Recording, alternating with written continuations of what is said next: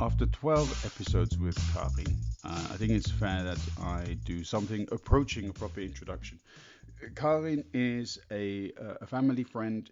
She is a person for whom I have the utmost respect. She is a specialist in literature and translation. She studied these things. She studied also Germanistics. She has worked in a professional and academic capacity for more than 50 years, and I'm underestimating that amount of time. She has made contributions to literature, translation, specifically between German and English. And on top of all of that, she has worked with PEN Germany, especially PEN International, and she has worked with a number of writers who were persecuted, hunted, and she has sought with her teams, of course, to provide these people with a voice, exposure of the material, and at the same time to protect them, to enable them to continue using their voice. And so all of these conversations that I have had with Karin come with the background of her having achieved all of this, having lived through the Second World War, having grown up in the post-war years, and having really pushed herself into what was at the time pretty much very much male-dominated academic sector, and thrived there. And so it comes as no surprise that she is somebody with a powerful voice, great insight, and continues to be an absolute inspiration to me. And I thank any of you who have taken the time to listen to my podcast with Karin. I've thanked her repeatedly. I could not thank her enough. And I hope you enjoy number 13 with Karin, which actually begins. I had to cut off a little bit of the beginning because of the way we just jumped into it, and I was taken by surprise. But that's also an opportunity for me to present this introduction. So enjoy. No, I was very interested in the perspectives of reality, because every one of us has a different reality. We know now that reality is not one big truth. It is individual, and it depends on a lot of things. My world is different from yours, and our world can only come together and develop through communication. And this is why communication, wherever we go, whatever we do, is one of the most important things. No one has a grip on all total reality. We have to talk, we have to accept the other reality as it is told to us. And this is particularly difficult in times of emergencies and crises, as the crisis in Afghanistan is right now.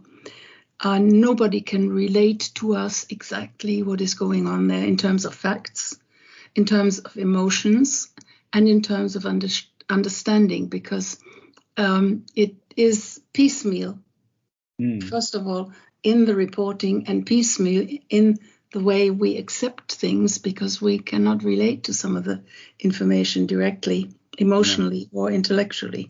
Yeah. Can I also just jump in there? Because another point that is relevant to the exact same point that you're making, but from a slightly different perspective, is time. At the moment, we keep on, as in when we read about this in the media, we are focused on 20 years. Yes. We keep coming back to 20 years. But the story of Afghanistan did not start 20 years ago. No. Nor did the story of interaction between these Western countries and Afghanistan begin 20 years ago either. We have to go a lot further back. And this is a part of what you were saying, which I think is very relevant about communication. It's that we have been limited in the amount of information that we have been told as to how far back this level of distrust exists between the West and Afghanistan, because we haven't been educated properly on the history of our involvement there. No, we haven't been educated, but I think you and I have educated ourselves to a certain degree, not to a encompassing degree, but so that we have a better grip on what is going on there, and knowing that we don't know everything. Most people think they know everything. I think our reality or communication of reality depends on our pre-knowledge of the situation in Afghanistan. Let's stay with Afghanistan for the moment, which differs. We don't know too much about the people in Afghanistan. It's a multifaceted society. How many Afghans have we known? A handful, 10, 15, if any. And we don't know about or we have not necessarily experienced the situation of occupation of a country. And we have not all of us experienced war. So the empathy is maybe there, but the knowledge is very, very limited. And in terms of these factual lacks of experience and knowledge, there are other facts that precondition our understanding, and that is our own bringing up, our education, our interest, our character, our openness to the world, and again, our education. And this is a very, very different idea in total of knowing what reality is. We all don't know. We know of the little bit of pieces of reality that we can discover or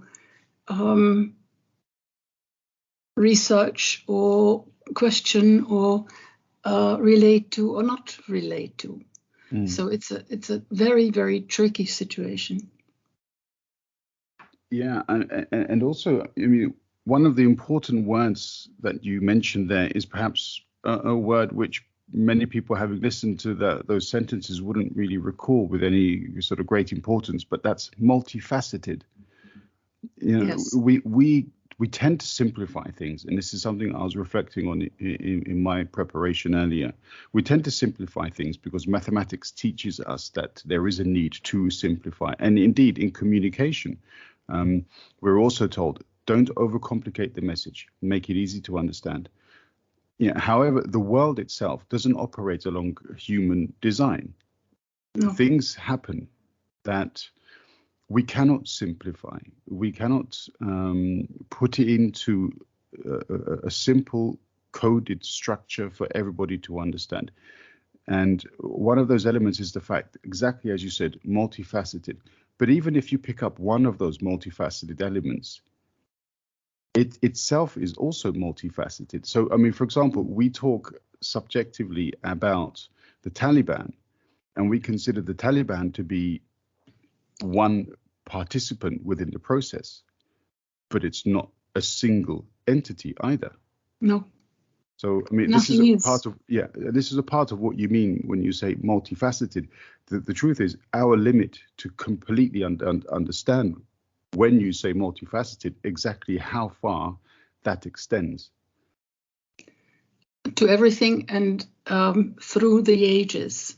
It's nothing that we can learn to bring all of it together and come to one picture of reality for one person, let alone for several people or for the whole world.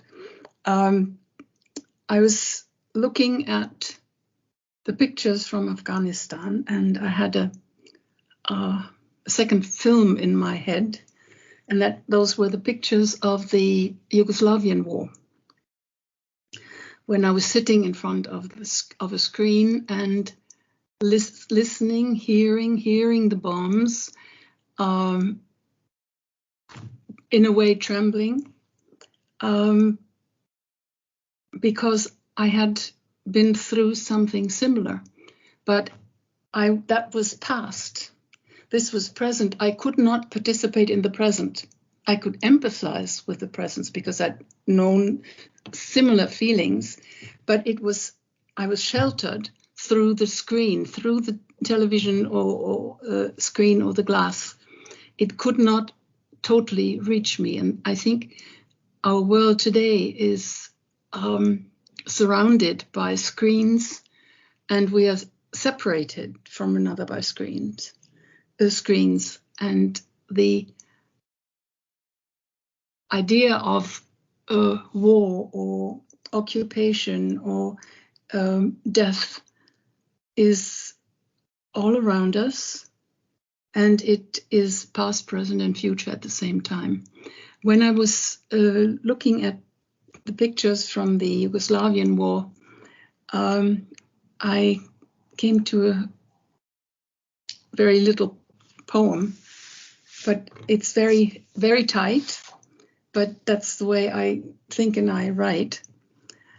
And I read it now. This war, as every other, cries experience, screams visions on a world long past, projects an agony fulfilled in pictures on a future screen. This being together while being apart through the screen connects present, past, and future. And this is what is coming back to me now when I look at what is going on in Afghanistan. And it pains me no end, and I sit here and I don't know what to do. And this is the worst part. What can we do? We can inform people as far as we know ourselves, which is what these brave journalists are doing who are still there, or the NGOs who are still there. But we ourselves don't know that much. So the only thing we can pass on is a call for empathy and for education.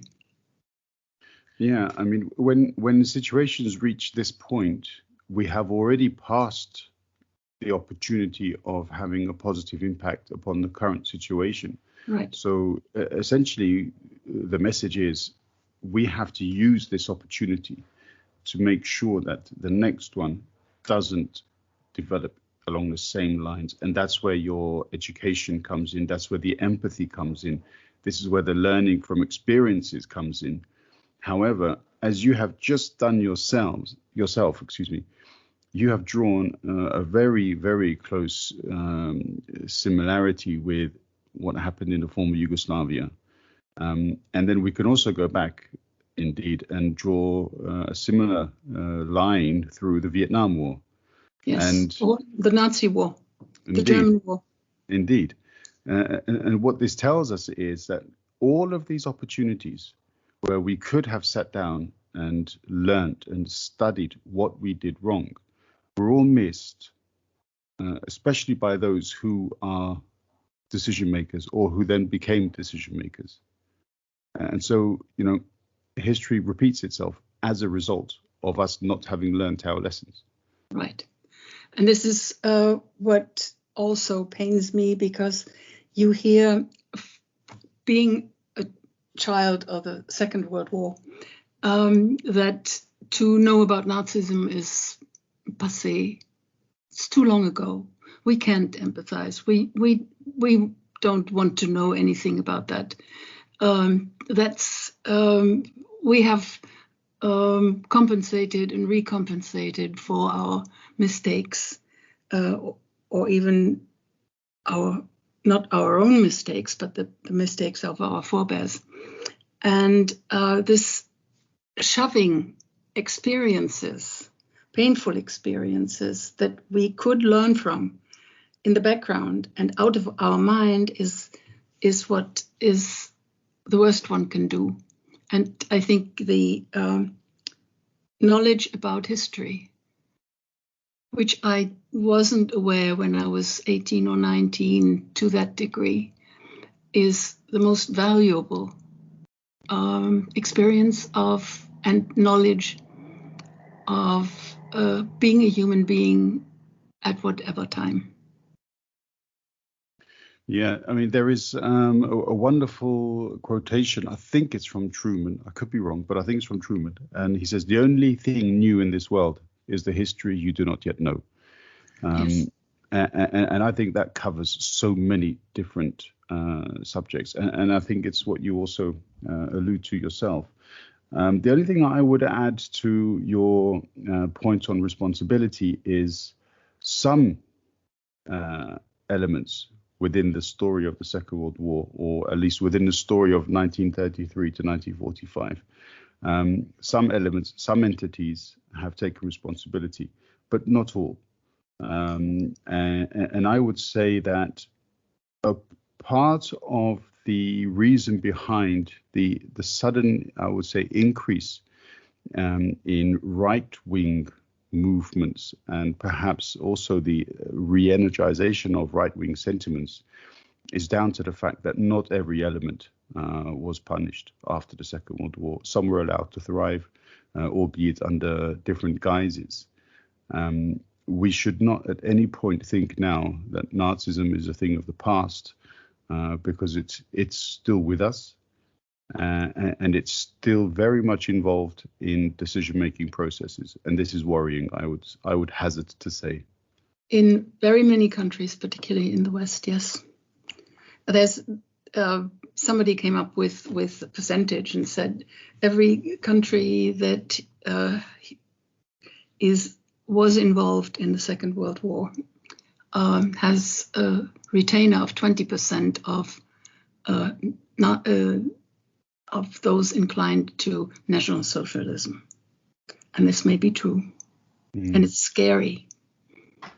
Absolutely. And but also on every side, we're not talking about perhaps a side that lost or a side that was a partial participant. We're talking about every participant. Right. That's what I meant. Yes. England and America, France, wherever you look, not just Germany and Italy and Austria, Hungary, perhaps. Right. Yes. Yeah, but absolutely. That's the big problem. There was another question I had in mind when I mulled through these the topics. I know little about your experiences. I know little about your world. So we turn the tables now. Please do so, yeah. And my first question is, what is the most vital influence in your life? Oh, yeah, that's an interesting one. I would actually say I would have to put in a very, very wide-ranging topic, because it's impossible to come back to one individual perspective or point. But I would say books and stories. And I will say this because at different stages in my life, I have read books which have influenced me, and their influences have developed and grown, and yet not necessarily changed. And I'll give you one example. Is when I was about I think 12 or 13 years old, my dad put an Armenian story into my hands. It was over 4 books, and it was called Zartonk, which in Armenian means the awakening. Mm-hmm. And this is a story penned by a person whose writing name was Malchas, who lived during the First World War and and throughout the period of genocide. And he wrote this wonderful story of romance and revolution, the growth and birth of identity within a nation which had been persecuted by the Ottoman Empire for centuries. And this awakened within me not only a greater awareness of the history which was a part of my identity, but also of social movement, the need for people to come together, the need for cooperation, the need for understanding, empathy, faith, belief, but also so many different factors. For example, political structures, centralization or decentralization, socialism or liberalism and capitalism. A lot of these are sort of ideas and ideologies which really were focused at the turn of the century. I mean, I do believe, for example, in Vienna, there were many cafes where lots and lots of individuals would, philosophers and these intelligent people would meet together to debate the growing political ideologies of the time. And even before this, and so reading about these different chapters, these different time periods, it really took my mind into the black and white world that I had always seen these times to be, and I realized actually they are far more colorful than I had initially imagined them to be. Yes.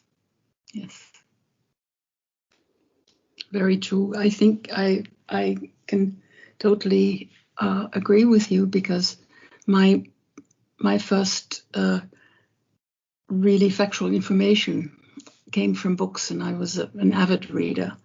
The typical light under the bed cover until 5 o'clock in the morning when I was 8 or 9 or 10 or 15, 16, whatever. I read everything. And the strange thing is, you can get a lot of things out of bad books as well as out of good books. As a young kid, you read what you think is interesting or what you can put your hands on, and you get a lot of information from not necessarily good books or well-written books, or books written by non-rightist people. Mm-hmm. If that's what you have in your house, we didn't. So I was lucky. I was lucky in many respects. I read what was there, what my mother and her sisters were exchanging books from the library. And if I could sneak one or two under my bed cover, I would read one during the night to put it back where it was supposed to be the next morning. And many of these books really stayed with me, not in terms of the characters or the exact plot, but what they said to me then in terms of what life could be, what life should be, what a human being should be, and what a human being should not be. And that's an asset that is expendable into all directions. Mm. So I've stayed with reading to the point where right now I have to stop reading as much as I'm reading right now, because it's overwhelming to read too much. But at the same time, it's still my lifeline. Mm. And also just to throw in that the reason why we could so seamlessly move from Afghanistan to books and so on is because the topic is that we are broadly discussing, as you alluded to earlier, is perspectives of reality. Right. But also what you also wanted to throw in, I believe, by turning the tables, is because you have this very nice sort of subheading: my world, your world, our world through communication. And so therefore I feel that everything that we have said really does essentially fit into this perspectives of reality as you wrote down. Exactly. Now, this, I'm not just because of the topic, but I was very curious of also your most impressive, or the experience that impressed you most in your life. Yeah, again, because I haven't had the chance perhaps to think about it in any particular detail. What I've recognized is the movement of emotion. I always, for example, remember my dad as being an extremely tough guy. He grew up on the streets of Beirut, where everybody was basically armed, all of his friends too, but he was the one guy who refused to carry a weapon, for example. So I really always kind of had him as a tough guy as I was growing up, and he was a tough disciplinarian as well. And I do remember watching a movie, well, I think it was on a Sunday morning, and he was crying his eyes out. That was going to be my next story about my father. Not a one-upmanship, but a parallel. Yeah. Because my father also was relatively strict. Not always, but disciplinarian, yes. Hard toward the outside. People were afraid of him. We weren't, because we had seen the other side, which was the kindness, the vulnerability of my father. And my example was the same situation. We went to a movie, and I must have been about 14. And we saw the original German version of The Parent Trap by Erich Kästner, Das doppelte Lottchen. Wonderful little film. And of course, at the end, you kind of choke even as a 14-year-old. And I saw my father was shaking his head. He wasn't shaking his head because he didn't like it, but he wanted to get the tears out of his eyes. So you see the parallel. Absolutely. And also when I mentioned the Armenian book before, Zartong, a part of it is also down to this, because when my dad used to read, because he must have read this same story, I don't know how many times, but when he used to read in a session. So all 4 books had to be read one after the other. So he would come home from work, place himself on the sofa, as was his wont and still is.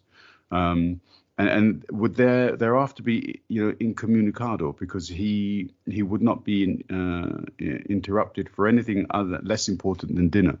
And what also was impressed and remains impressed within my mind is how I used to watch him reading this book and turning the pages with one hand, and with the other hand wiping his eyes of the tears that dropped onto his cheeks. And so therefore it was, I was always intrigued as a child. So what was it in this story that made my dad cry?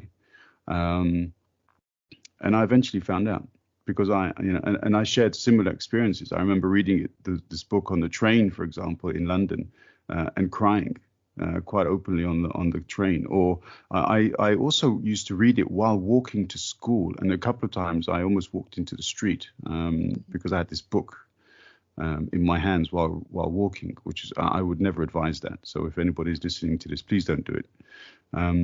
But yeah, so an extension of or perhaps putting your 2 questions together would be that. So yeah, the toughness on the outside, as you say, and yet that softness inside.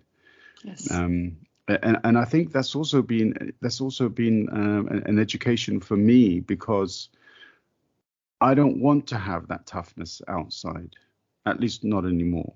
I don't want to have a shell which hides the empathy, the affection, the warmth that I may have inside. Why don't I simply just show that warmth?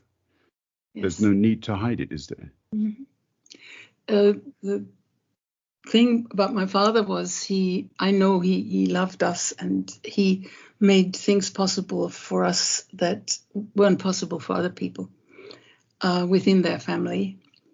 But the eye opener was when he broke all of his defenses down with his grandchildren. And I see that in my brother, in as well, who never was a hard person, but he had some mannerisms of my father. The way he is living with his 5 grandchildren is wonderful. And the contact and the maybe not the communication, but the being together and doing things together. None of them is a big talker about feelings or actions and so on. They're all more or less introverted. But you see it when you see them together. The bond is there, and it will never break. And what makes you different? Because you're so open to talk, to communicate, to explain. There is a difference there, isn't there? Because not every person wants to tell their story or wants to share their views or their experiences, good or bad. Of course, I've not talked about everything that I could have talked about, and kept a lot of private things private.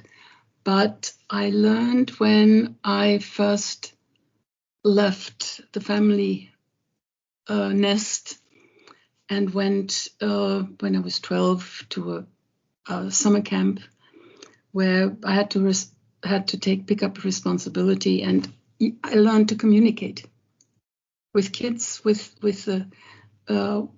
those who were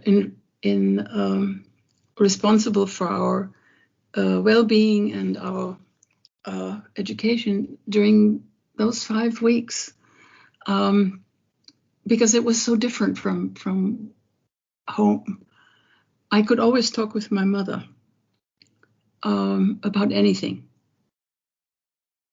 but the rest of the family was giving me guidance, so that I thought, I better not talk about all the things that are going on in my mind. So this first experience at the age of 12, and then the age of 15, 16, the 4 months at a British school was the same eye-opener, the same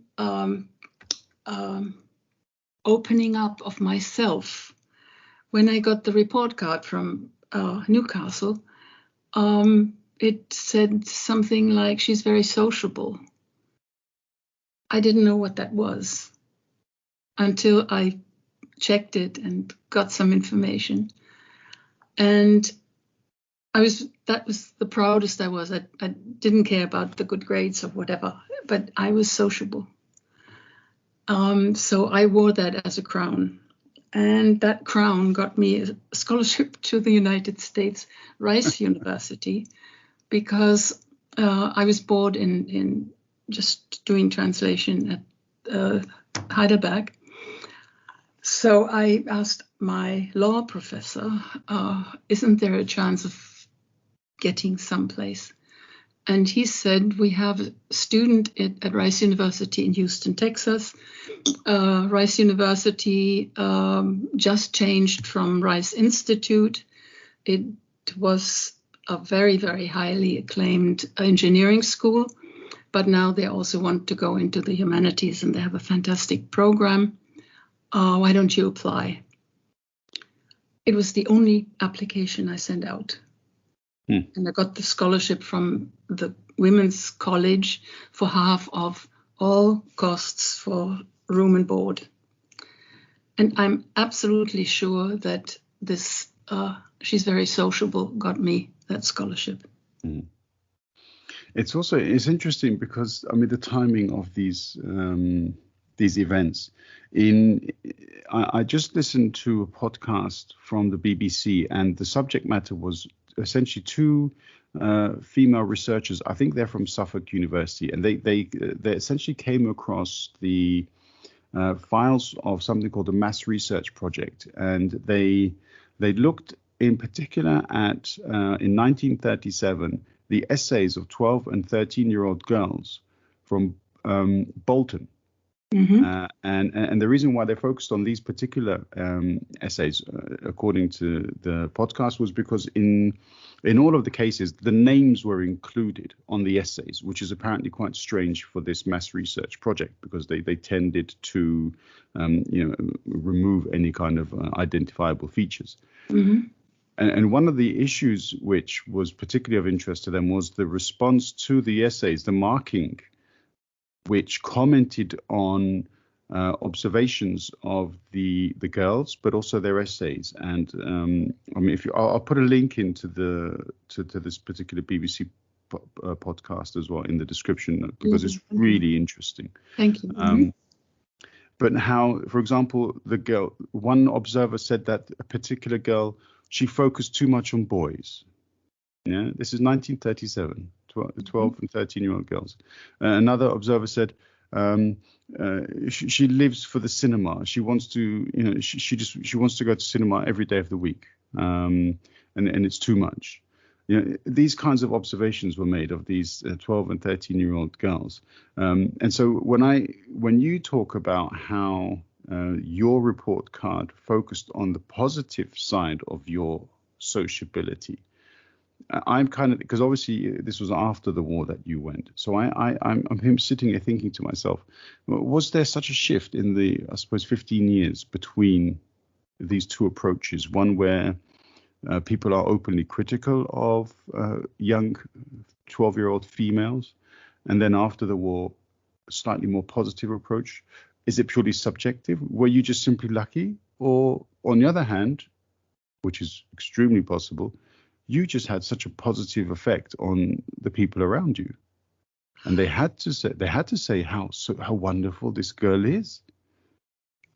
I had the wonderful experience of finding very close friends very soon, and they made it easier for me because all of a sudden this was 1954. No, I'm sorry, 56. Not 10 years after the war, and I was in a girls' school, where there were at least 30-40% of Jewish girls. They accepted me. There was not one time they called me a Nazi, not one time they excluded me, or maybe they looked me over, but not in a way that discriminated against me. So I was always lucky, I must say. I've never been called a Nazi by anybody in any country. And that is fun. That's a relief. It is, because all my friends, wherever they went, they came back and said, why do they call me Nazi? I'm not a Nazi. And I just looked at them, and I most of the times I didn't say that. I was never called that. But I don't know, maybe I was not aggressive as some of the kids were. Aggression in a woman was looked on as, a German girl was looked on as either defensive or coming from a family with aggression. Aggression against well, I wouldn't have gone to England if I had any qualms about wanting to make myself feel comfortable there. I mean, I would also observe, if it's possible, to say that you reached a conclusion way before I reached, which was essentially that there was no need to show a hard outer shell, if you showed people straight away that you are welcoming, you are warm, affectionate, that they would naturally find no reason to reject you. And there's a difference between not wanting to be hard on the outside from an experience of a young man or a young boy, Mm-hmm. and the nonplus for a young girl of 14, 15, 16, be a nice girl. Mm. So this was already entrained in and ingrained in me as a female, that don't get aggressive. Don't be aggressive. I could not defend myself if I was attacked. And I learned that when I was in my 60s, to not fight back, but to protect myself and respond to attacks from the outside. Mm. That's the negative thing, I think, of growing up a girl in a small town in the post-war era, in a relatively settled family. Okay, after the war, nobody had anything, but my grandmother had a big house, and it was bombed 4 weeks before the war was over. And so, that is that's part of the history of the family. So I was, again, lucky. I came from, at that point, a family just as poor as everybody else, but with the prospect of better days, because there had been better days. It made me regard better days only advisable or useful if I could do something with those better days for the betterment of others as well. In many ways, there I'm like my mother. She always retracted herself in front when there were people. People around her always had first pick, and of course that is part of has been part of my life as well. But I have accepted it as a responsibility, and at the same time as a blessing. I could be starting from America, starting from my mother and from my husband, my first husband. I could be the one I felt I was. I could give things away. In the rest of the family, my grandmother and grandfather, they didn't like to give things away except to people in the family. And I don't have that limited a world.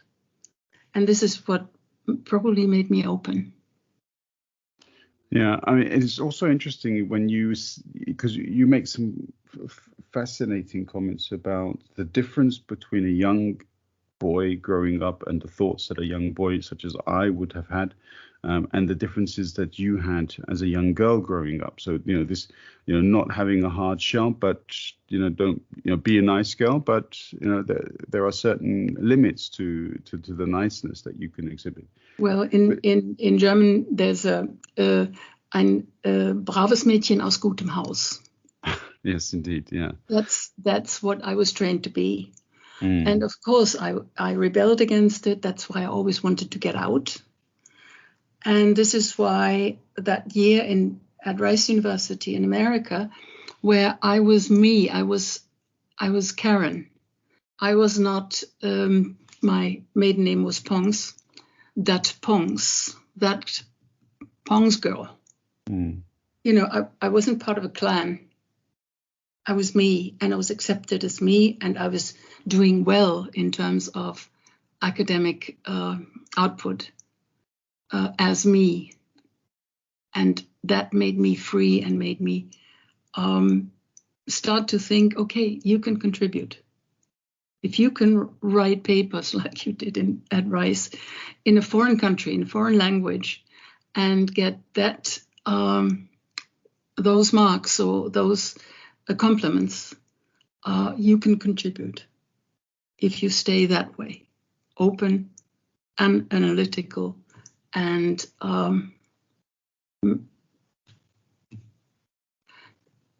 approaching people, not hitting them, but embracing them. Yes. Mm. And I mean, in your opinion, how much has the world changed today? Because I mean, far too often, unfortunately, we do read articles about abuse aimed at women and girls, whether that's at school, at home, in the workplace, online. This is an issue which just doesn't seem to go away for some reason. No. How much do you think it's changed? Do you think it's actually got better, or has it got worse since the days that you were a child? I think the post-war period was a special time. Everybody tried to pull themselves together and get going. So, of course, there was crime against women. There was negative influences on women, on young girls. I know I had to fight. My father, I think, I don't, to this day, I don't know whether he was serious about it, but when I was going to get from elementary school to high school, to gymnasium at age 10, he looked at me and he said, you can't go. And he was serious about it. And I said, what do you mean? At that time, it cost 20 marks per month to go to high school. And I knew we were poor, like everybody else. This was 1948, 3 years after the end of the war. And I knew that there was not much cash, but I had thought that at least I would get the chance to go on to the best school. And I started crying. And my father said, you have to remember there are 2 boys coming after you. My youngest brother at that point was 1 year old, and the other one was 8 years old. So there was a 2 years period between him and me to go to high school. I didn't understand that. And I went to my teacher, who wanted his girl, who was 1 day older than I am, or is 1 day older than I am, to go to high school as well. So he had given us privileges that others hadn't had.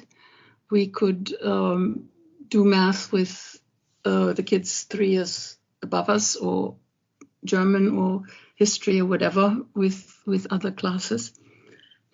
And when I told him, my father said no for me not to go to high school, he simply looked at me and said, can't be. And he went to talk to my father. And I don't know whether that was the trigger for him to rethink. And from that time on, there was no question that I was going to enter the gymnasium with Sechster, the 10th grade. So that was being a woman, being female versus not being male. Mm. I mean, nowadays that particular academic struggle, I think, isn't so prevalent within Western society. Yeah.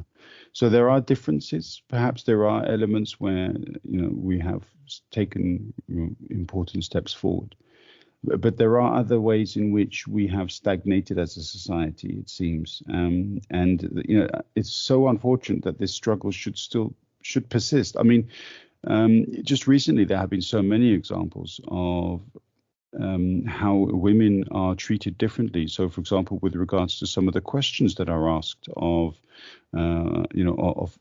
candidates for being the chancellor, the ease of questions that were given to one particular candidate against the far more complicated and almost impossible to answer questions that were given to Mrs. Baerbock. So, this level of inequality persists in every stage of our society. Right, and I have no answer, but I have a feeling that because women have gotten stronger and they have more possibilities and they have a surer place in society, that there is a backlash. The male element is afraid and resents the fact that women are at least as strong as they. And I think, particularly in politics, the female element is very strong in some parties. In some parties, it has exceptional women, but very few. And when you look at international conferences, in many cases, it's mostly men. And they huddle together and they defend their position, of course. Yeah. In a way, I understand it. It makes me furious. Yeah, I mean, understanding something, being able to make observations as to the reason behind it, you're absolutely right, does not mean that you agree with it. And so, when we say humans are naturally conservative, there's a reason why we say that humans are naturally conservative. Yes. So they don't like change. That's because the powers that be don't want to change. They don't want to give up these seats. But then we have Goethe, who says, das einzig Beständige ist der Wechsel. The only consistent element is change. Yeah. And at my time of life right now, I had been so busy and so active until I was 70, 71. It hit me much later to see how much the world had changed, how much people had changed, how much my world had changed, how many people I had to let go because they died. To say, you can't say goodbye to everybody, not even emotionally. It just is overwhelming at my phase in life, how many people around me are dying. That's change. That's change, and have to accept it.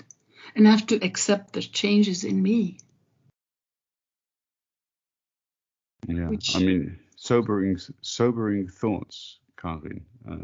The old, as you say, and rightfully so, the older you get, it's not really a race, is it? But you tend to outrace others, and unfortunately, many of these are people who you've had affection for.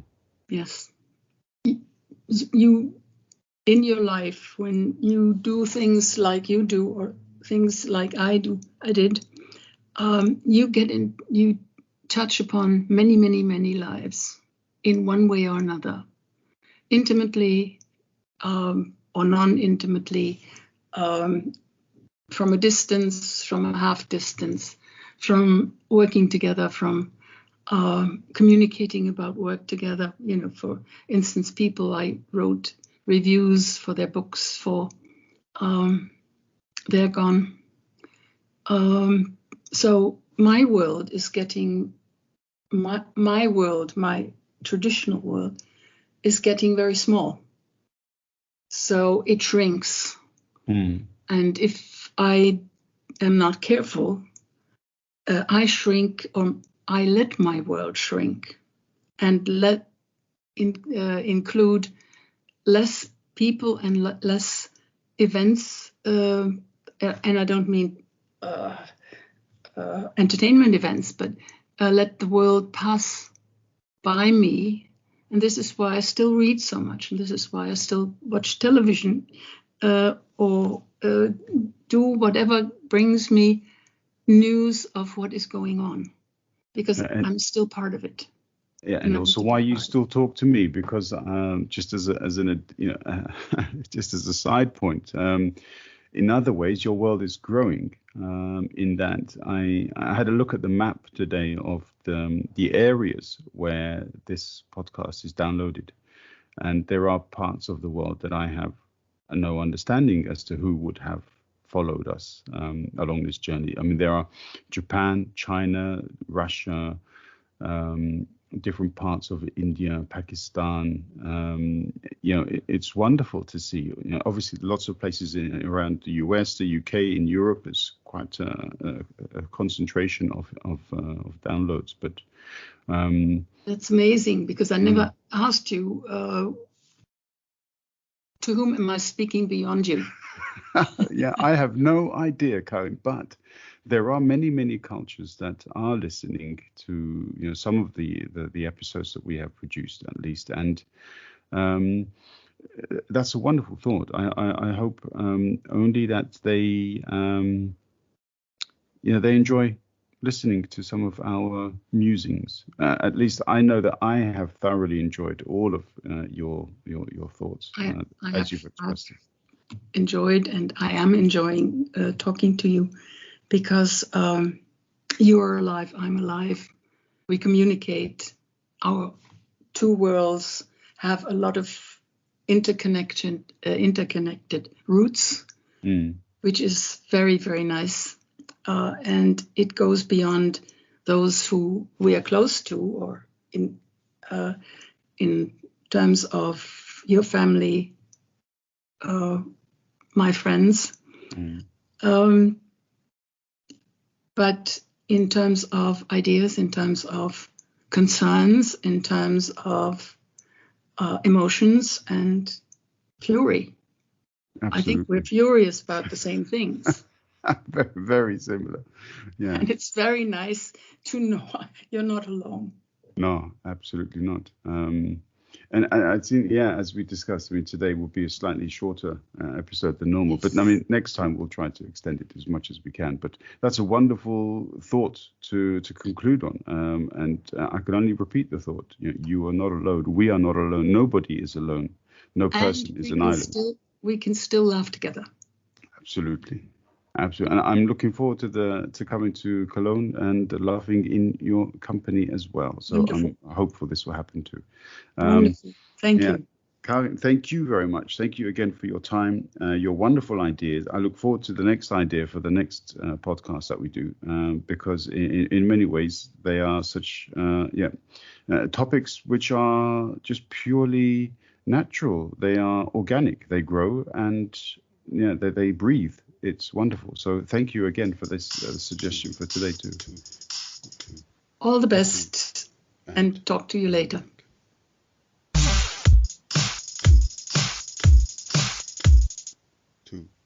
And mic.